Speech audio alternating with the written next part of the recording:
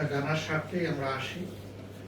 তাছাড়াও যদিও মফস্বলে আপনাদের অবস্থান, আমরা জাতির অংশ, আপনারা জাতির অংশ, জীবনের ভালো মন্দকে আপনারা তুলে ধরেন দেশ এবং বিশ্বের সামনে।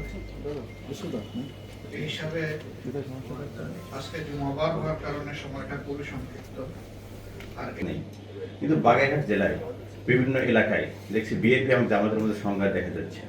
তো এখানে বিএনপি দোষ দিচ্ছে, জামাতের কিছু লোকজন লোককে মেরে ফেলছে, এমন একটা সংসদে আমি স্বস্তির সাথে কথা বলতে পারি কিনা, বেশিরভাগ সময় পারি, কিন্তু যখন কৌশলগত কোনো বিষয় আছে সরকার সহজে আমাকে বক্তৃতা দিতে দেয় না। কিন্তু আমি দাঁড়ায় গেলে স্পিকার মহোদয় আমাকে বাধা দেন, এটা করছে।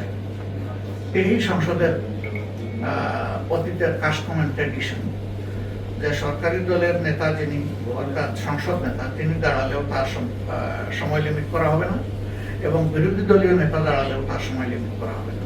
তারা যা বলতে চান তাদেরকে বলতে দিতে হবে। কিন্তু ওই যে বললাম যে বলতার কিছু পদ্ধতি আছে, ওই পদ্ধতিতে যখন আমরা যাই মাঝে মাঝেই আমরা বাধাগ্রস্ত হই। আমরা আশা করবো ওই বাধাটা তারা উঠাবে। 2 নম্বর, সরকার কতটুকু সফল, এদেশের জনগণ এই রায় দিবে, আমি রায় দিতে চাই না। 3 নম্বর হচ্ছে শেখ হাসিনার বিষয়টা বন্দি বিনিময় চুক্তি বিদ্যমান থাকা অবস্থায় দেরি হচ্ছে কেন, সরকার কেন তাকে নিজ দায়িত্বে ফিরিয়ে আনতে পারছে না, বরঞ্চ তিনি কেন বলছেন যে আমি ঢুকে যাব।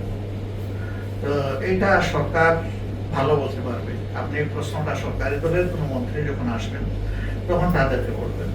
আপনার মতো আমাদেরও দাবি যে তাকে সরকারের নিজ দায়িত্বে আনা উচিত, এবং তাকে তার উপরে যে রায় হয়েছে আরো যে বিচারিক প্রক্রিয়া অপেক্ষমান আছে সেগুলা তাকে ফেস করতে দেওয়া উচিত।